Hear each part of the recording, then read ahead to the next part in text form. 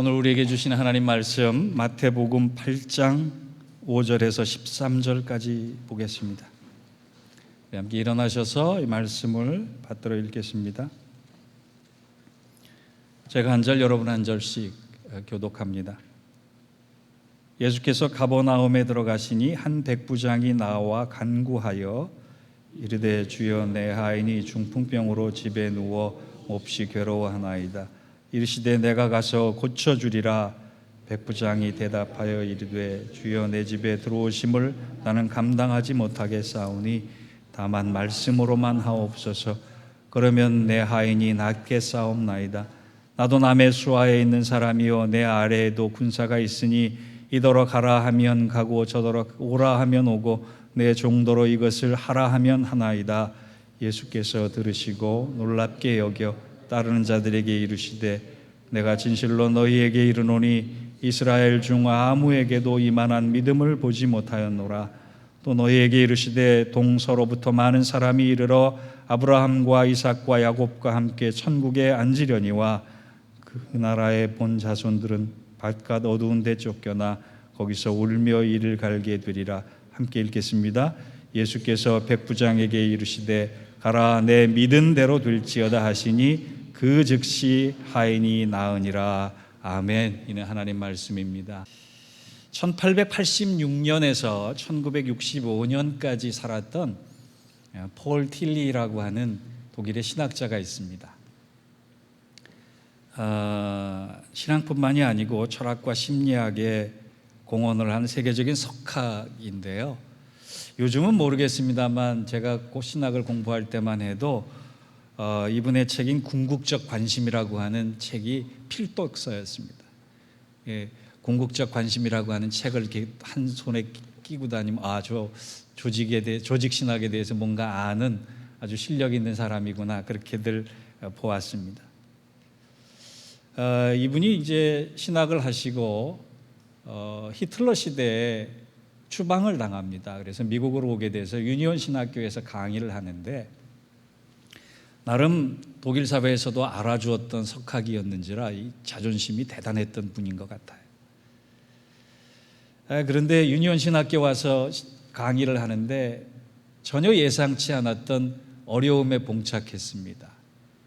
독일식 발음으로 영어를 하는데 학생들이 못 알아듣는 거예요. 못 알아듣는 정도가 아니라 그 수업 시간에 그 발음을 잘못하면 학생들이 웃느라고 수업이 진행이 안 되는 거예요. 있을 수 있는 일이다 생각을 할 수 있지만 이분에게는 굉장히 마음에 큰 상처가 된 모양입니다. 우리들도 영어 처음에 미국 와서 사용할 때 고생 꽤나 영어를 시켰던 그런 기억들이 하나둘씩은 있지 않겠습니까? 저도 지난주 중에 어느 식당에 갔는데 식사를 하면서 소다를 시켰거든요. 그런데 일하시는 분이 나중에 제가 다 마신 것을 보고 리필 해주겠다 그래서 괜찮다고 노 땡스라 그랬는데 그 얘기를 듣고도 한 잔을 더 갖다 주더란 말이에요. 그래서 받고 나서 이게 뭐지? 내가 노 땡스라고 했는데 내 발음에 뭐가 문제가 있지라고 생각을 했던 얼굴이 화끈거렸던 기억이 있습니다만 이민 1세들이 영어를 사용하면서 이 발음 때문에 영어를 고생시키는 그 여러 가지 에피소드가 참 많은데 나는 잘한다고 했는데 상대방이 못 알아들을 때 상당히 당황스러운 상황이 연출이 됩니다. 이 폴 틸리 교수가 열심히 가르쳤는데 이런 상황이 계속되니까 강의를 듣는 학생들이 계속 웃어대니까 이 억장이 무너져 내린 거예요. 평생을 쌓아온 학문적 업적이 그 학생들이 웃는 순간에 무너져 내리는 것 같았습니다. 추방당했고 망명객이면서도 자신의 처지가 자신의 조국이 그런 상황에 놓여 있는 것까지도 가슴이 아픈데 자기가 열강을 하는데 학생들이 자기를 비웃는 것 같으니까 나중에는 모든 의욕을 잃어버리고 공황장애 증상이 생겼다 그래요. 우울증까지 발전을 한 겁니다. 강단에 서는 것이 너무나 두렵고 또 도살장에 끌려가는 기분으로 매일매일이 지옥 같은 그 상황에 한 학생이 교수님의 마음의 병을 눈치채고 편지를 한 장 보냅니다. 그리고 이렇게 그 편지에는 이렇게 썼다 그럽니다. 교수님 힘내세요. 우리가 웃는 것은 익숙치 않은 교수님의 영어 발음 때문이지 교수님의 강의 때문은 아닙니다. 우리는 강의로 인해서 많은 것을 배우고 있고 많은 것을 깨닫고 있습니다. 교수님의 강의는 너무나 훌륭한 명강입니다. 우리가 비록 웃더라도 힘내시고 우리를 끝까지 가르쳐 주세요. 그런데요, 그 편지 한 장이 교수님을 살렸어요. 그 편지를 받아본 폴 틸리 교수가 그날 저녁에 그 편지를 읽고 펑펑 울면서 한 사람이 한 사람의 아픔을 알아주는 이 위대한 사랑, 이렇게 놀라운데 죄인된 우리의 아픔을 치유하러 오신 예수 그리스도의 사랑을 내가 잊어버리고 있었구나. 그 편지 한 장에 신학 교수의 신앙이 회복되고 그날부터 다시금 심기일전해서 조직신학 1, 2권을 써내려가는데 아주 명저가 됩니다. 편지 한 통이 한 사람의 영혼을 살린 아주 극명한 예입니다. 요즘 우리 주위에도 보면 마음의 상처나 육신의 질병 때문에 또 여러 가지 문제 때문에 아픔을 겪고 있는 분들이 너무나 많은데 이민사회를 살아가는 것이 쉽지 않아서 그래요.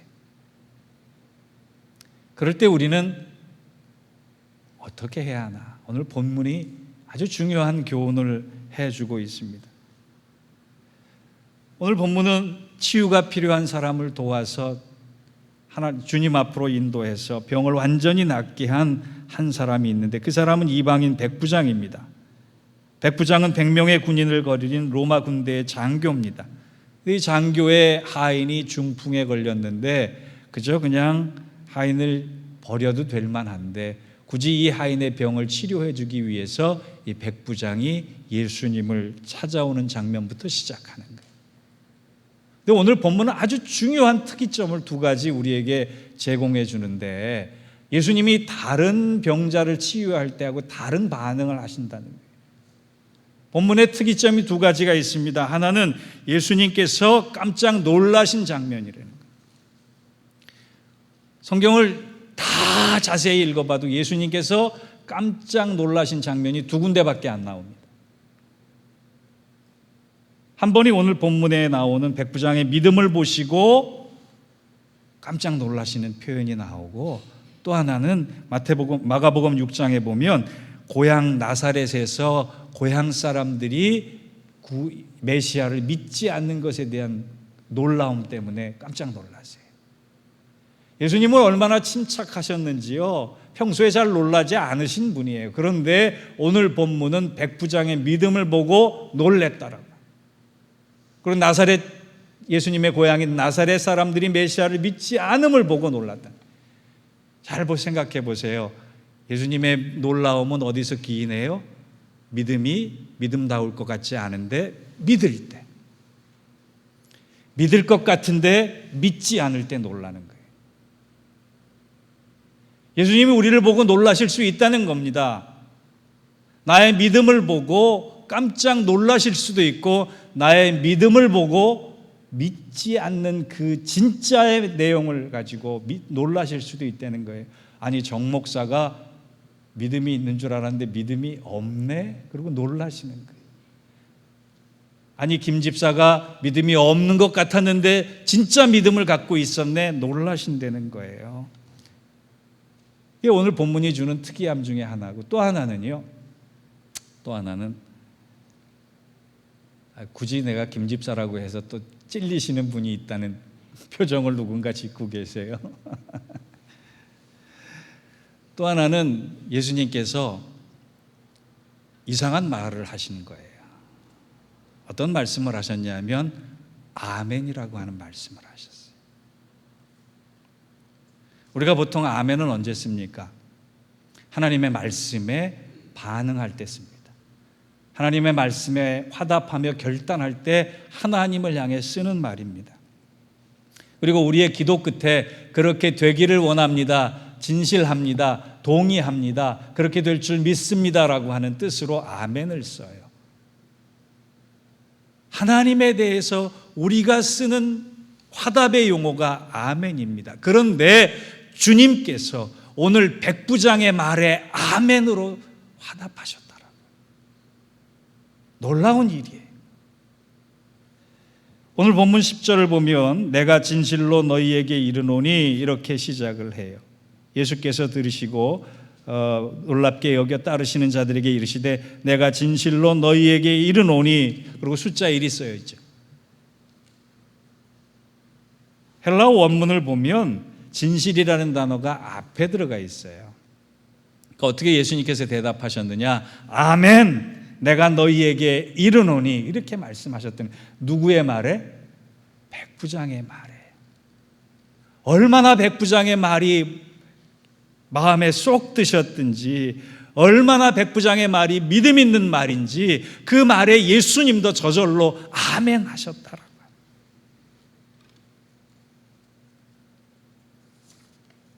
그냥 오늘 본문이 하인의 믿음을 고쳐주는 것이 아니에요.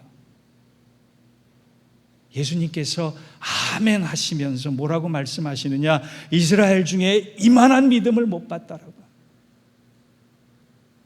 여러분, 우리가 평소에 하는 말, 평소에 하는 기도, 평소에 하는 그 생각을 가지고 얼마나 예수님께서 우리에게 아멘 하시고 싶으셨겠어요?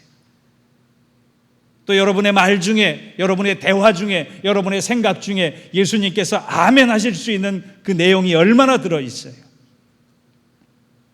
아멘은 우리가 하나님께만 하는 것이 아니라 주님께서도 우리에게 아멘해 주신다라고 말씀하시고 계시는데, 우리의 생각, 우리의 언어, 우리의 말들이 그만한 아멘의 말씀이 나올 만한 것인지 오늘 한번 우리가 생각해 봤으면 좋겠습니다. 그렇다면 오늘 본문에요, 주님께서 이만한 믿음을 보지 못했다라고 하는 말씀처럼 백부장의 이만한 믿음은 어떤 거냐? 그것을 통해 우리가 두 가지를 꼭 깨달았으면 좋겠습니다. 이만한 믿음이란 사랑을 가진 믿음이에요. 안 해도 될 사랑, 안 해도 될 긍휼을 껴안는 행동, 그것을 믿음으로 보일 때 주님께서 칭찬하시는 믿음이고 아멘해 주시는 믿음이다라고 하는. 이 성경을 읽다 보면은요, 예수님께서 굉장히 어렵게 병을 고쳐주실 때도 있고요, 쉽게 아주 동의하시면서 고쳐주실 때도 있는데, 오늘 본문을 한번 보세요. 5절에서 7절을 보니까 예수께서 가버나움에 들어가시니 한 백부장이 나와 간구하여 이르되 주여 내 하인이 중풍병에 집으로 누워 몹시 괴로워하나이다 이르시되, 바로 즉각적인 반응으로 다른 것 따지지 않고 내가 고쳐주겠다 말씀하세요. 왜 어떤 때는 힘들게 고쳐주시고, 왜 어떤 때는 까다롭게 고쳐주시고, 어떤 때는 이렇게 쾌히 고쳐주시느냐라고 하니, 그 차이가 바로 사랑을 가지고 있는 믿음으로 요청했기 때문이에요. 백부장은 하인을 불쌍히 여겼습니다. 종의 상황에 대해서 아주 안타까워하면서 그 문제가 자기 문제인 것처럼, 자기 아픔인 것처럼 그 마음과 정성과 믿음을 보시고 주께서 기꺼이 고쳐주시겠다라고 하는 거예요. 백부장 입장에서는요, 하인 한 명 아픈 거 별거 아닙니다. 그때 종이라고 하는 것은 그저 가축과도 같은 의미의 존재였어요. 쓸모없는 존재였기 때문에 내보내고 신경 쓰지 않아도 될 만한 겁니다. 더군다나 백부장은 남의 나라에서 온 유대인이 아니에요. 그럼에도 불구하고 하인을 노예로 보지 않고 사람으로 보고 내가 사랑해야 될 대상으로 봤다는 그 증거가 이 백부장이 주님께 요청할 때 쓰는 종이라고 하는 단어에 나타납니다. 헬라어 종이라고 하는 단어는 두 가지 뜻이 두 가지 단어가 있어요. 하나는 첫째는 둘로스라고 하는 단어인데 그 둘로스라고 하는 단어는 노예라고 하는 일반적인 뜻입니다. 자기 종을 둘로스라고 하면 이 사람은 내 노예야 라고 하는 뜻이. 만약에 이 백부장이 내 노예가 지금 아픕니다 라고 했으면 주님께서 그렇게 말씀하지 않으셨을 것 같아요. 백부장은 같은 종의 임인데 무슨 단어를 쓰냐 하면 파이스라고 하는 단어를 써요. 주님, 지금 내 파이스가 아픕니다. 이 파이스라고 하는 헬라어는 어떤 뜻이냐 하면 종인데 그냥 단순한 종이 아니라 가족의 의미를 내포한 단어예요. 왜 주님께서 백부장의 믿음에 감탄하셨는지 아십니까? 종을 종으로 대하지 않고 종을 가족으로 대했다는 거예요. 여러분, 가족으로 대했다라고 하는 것은 어떤 것입니까? 사랑이 있다라고 하는. 저는 이 시대의 교회가 지탄을 받는 이유가 왜곡된 패밀리즘 때문이라고 생각합니다. 왜곡된 패밀리즘이라고 하는 건 믿는 사람조차 끼리끼리 한다는 거예요. 나하고 코드가 통하고 말이 통하는 사람만 가족으로 인정하는 그 문제가 있어서 우리가 헤어지고 나면 어때요? 교회에서 싸워서 헤어지고 나면 다시 사랑할 존재가 아니라 왼수 같은 존재가 돼버리고 마는 거예요. 주님께서 기뻐하시는 모습은 그저 믿음이 아니라 사랑을 겸비한 믿음이에요. 그 증거가 바로 둘로스라고 하지 않고 파이스라고 한 것에서 나타납니다. 사랑하는 성도 여러분, 제가 오늘 본문을 택한 이유는 한 가지가 있습니다. 우리 교우 중에 딸 하나가 굉장히 아픕니다.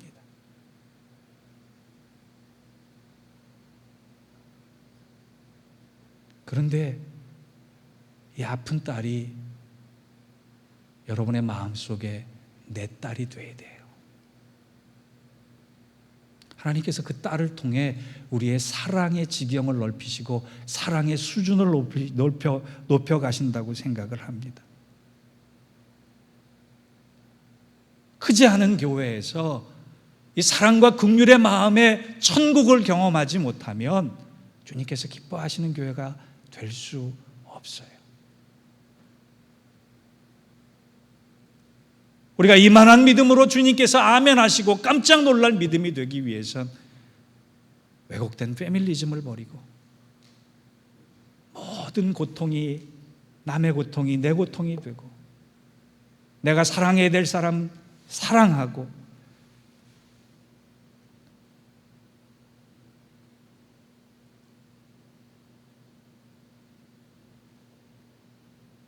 이만한 사랑을 가진 믿음을 보지 못했다라고 하는 이야기를 들을 수 있어야 해요. 예수님께서 기적을 베푸실 때 불쌍히 여겨달라고 하는 말씀을 참 좋아하셨던 것 같아요. 아니, 그 표현에, 그 간구에 약하셨던 것 같아요.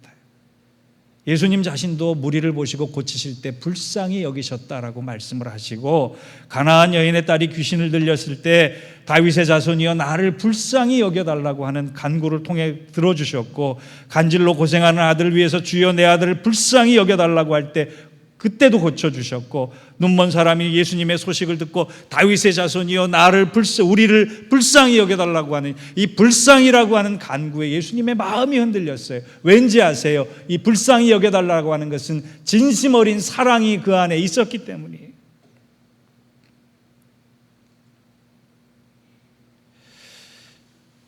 이제 우리 9월부터 하반기 목장을 새로 시작하는데요. 여러분 지경을 넓히세요. 여러분 믿음의 지경을 넓히세요. 내 문제만을 가지고 기도했다면 이제 우리 문제를 가지고 기도하세요. 내 아들 내 딸만을 위해서 기도했다면 저 집에 있는 아들도 내 아들이고 저 집에 있는 딸도 내 아들이고, 그동안 불편한 감정들이 있었다면 그거 다 녹아내리고 내가 긍휼히 여기는 마음, 불쌍히 여기는 마음, 사랑의 마음, 사랑의 믿음을 가지고 주님께서 이만한 믿음을 보지 못했다, 그렇게 칭찬받을 수 있는 저와 여러분 되기를 바랍니다. 목장에서 두 가지가 있어야 해요. 존경과 존중이에요. 존경과 존중. 이 존경과 존중이라고 하는, 위로는 존경, 아래로는 존중. 그래서 우리가 하나 되는 마음을, 하나 되는 경험을 공동체 안에 누려봤으면 좋겠습니다. 우리 목장이 모일 때마다 이렇게 외칠 거예요. 따라해 봅시다. 여기가 하늘, 지금이 천국이다. 언젠지 가능하세요? 사랑할 때. 사랑할 때 여기가 땅이 아니라 하늘이고, 사랑할 때 여기가 지옥이 아니라 천국이 되는 것이에요. 사랑하는 교우 여러분, 예수님을 움직이고 예수님을 감동시키고 예수님에게 아멘 소리가 나올 수 있는 그러한 믿음의 사람들 되어서, 오늘 중풍병자가 백부장이 들었던 것처럼 내 믿는 대로 될지어다 하시는 말씀을 듣는 우리들의 놀라운 믿음이 되기를 주의 이름으로 축원합니다. 두 번째로, 이만한 믿음이란 주님의 말씀에 대한 굳건한 확신을 가진 믿음이 이만한 믿음인 거예요. 한번 손들어 보세요. 나는 상처가 없는 사람이에요. 한번 손들어 보세요. 아니, 얼굴에 이렇게 찢겨진 그 깻잎 소녀 상처 말고요. 나는 마음에 상처가 없는 사람 아무도 없을 거예요.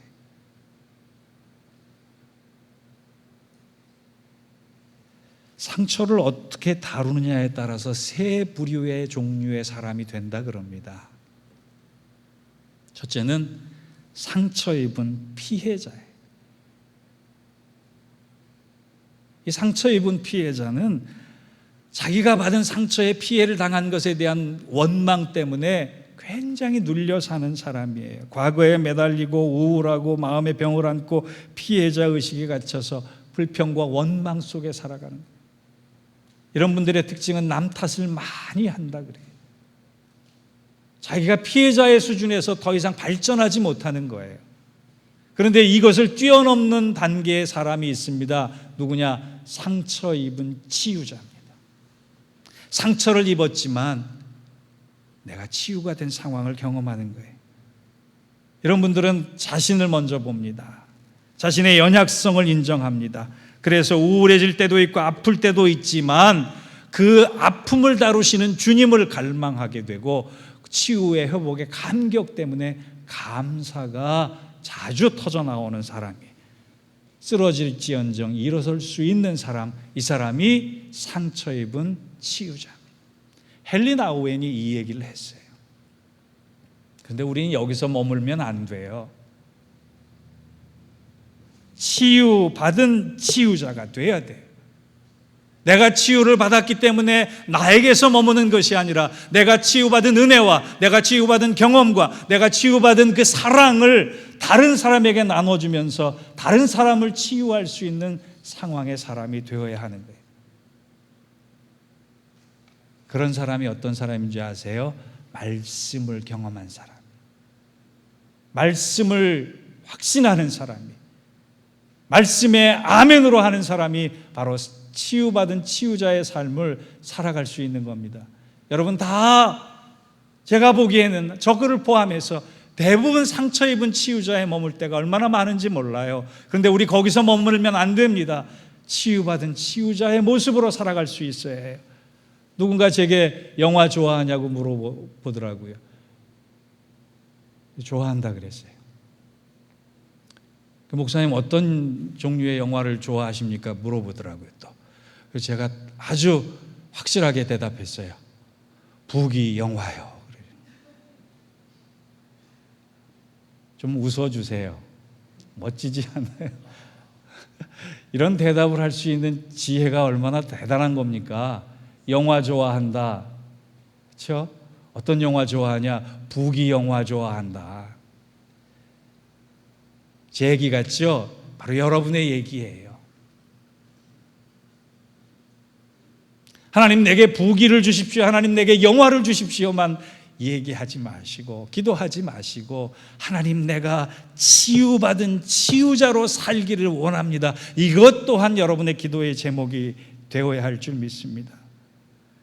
만약에 주님께서 이 백부장의 모습을 보고 너는 참 온전한 사람이야, 그래서 칭찬해 주시기를 원하셨다면, 그것만 가지고 칭찬해 주시기를 원하셨다면 너의 소원대로 될지어다 이렇게 말씀하셨을 텐데 그렇지 않았어요.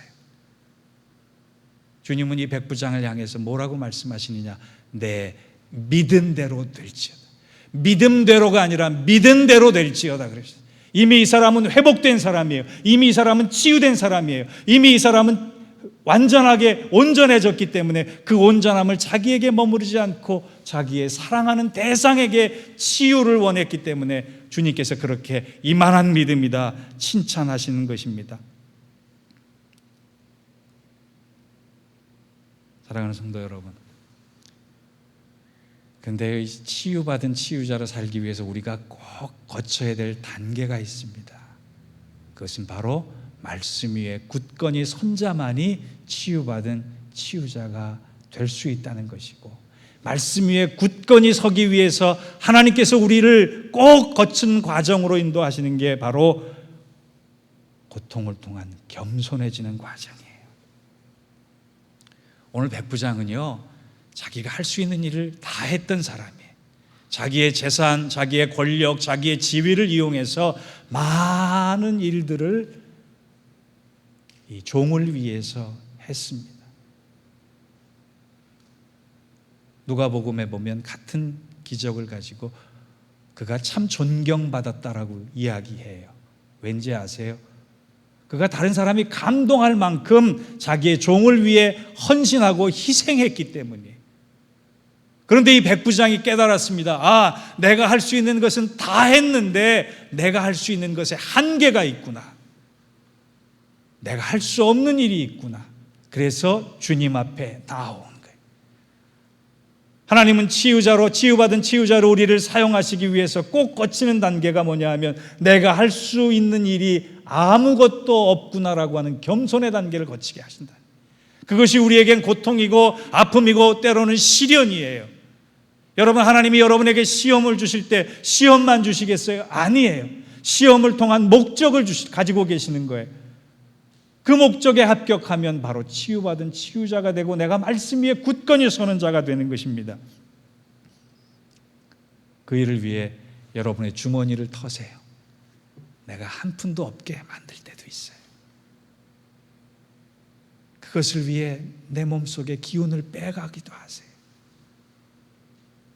그것을 위해 다른 사람을 통해 나에게 가시로 찌르고 칼로 찌를 때가 있어요. 피눈물을 흘리게 만드실 때가 있어요. 그렇게 해서 이루시는 게 뭔지 아세요? 하나님, 내가 아무것도 내 힘으로 할 수 있는 것이 없습니다. 거기만 머물면 상처 입은 치유자입니다. 근데 거기서 한 걸음 더 나가야 해요. 주님, 내가 아무것도 할 수 없지만 이 아무것도 할 수 없는 무력하고 무익한 나를 붙잡으셔서 주님이 하신다면 모든 일을 능히 행하실 줄 믿습니다. 그렇게 나아갈 때 우리는 상처 입은 치유받은 치유자가 되는 것이에요. 여러분에게 그러한 믿음에 대한 기대가 있으십니까? 이제 결론을 맺습니다. 청교도 신학자 토마스 왓슨이라고 하는 목사님이 이런 아주 가슴 떨리는 명언을 남기셨어요. 잘 들어보세요. 이성이 갈 수 없는 곳까지도 믿음은 능히 간다. 내 생각과 내 판단과 내 기준으로는 도저히 될 것 같지 않은 이 상황에서 이만한 믿음, 주님께서 칭찬하실 수 있는 믿음을 가진 우리는 어떠한 목적과 결과를 향해서도 담대히 나아가서 그것을 이룰 수 있다는 말이에요. 그것이 오늘 본문 13절에 이렇게 표현되고 있습니다. 13절을 우리 한번 같이 읽어보겠습니다. 시작.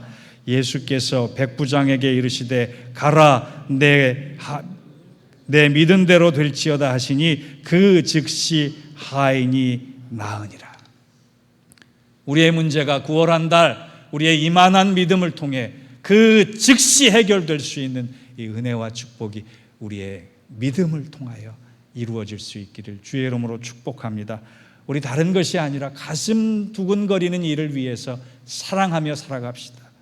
교회가 무덤되는 것이 아니라 교회가 생명의 동산 되기 위해서 주님께서 원하시는 이만한 믿음으로 무장하여 주님의 감동을 자아낼 수 있는 복된 그러한 믿음의 신앙인으로 살아갈 수 있기를 주의 이름으로 축원합니다. 기도하겠습니다. 하나님 아버지, 내 믿은 대로 될지어다 하셨던 것처럼 우리가 이만한 믿음을 가지고 주님을 감동시킬 수 있도록 주님 도와주시고 주님의 역사를 움직일 수 있도록 주님 우리의 믿음을 새롭게 하여 주시옵소서. 우리 공동체가 이만한 믿음의 사람들로 가득 차기를 원합니다. 주님 허락하여 주시고 이성이 갈 수 없는 곳에 믿음은 갈 수 있다고 말씀하셨사오니 우리의 믿음대로 우리의 9월 한 달이 형통하고 복된 9월 한 달로 인도함 받게 하여 주시옵소서. 예수님의 이름으로 기도하옵나이다. 아멘.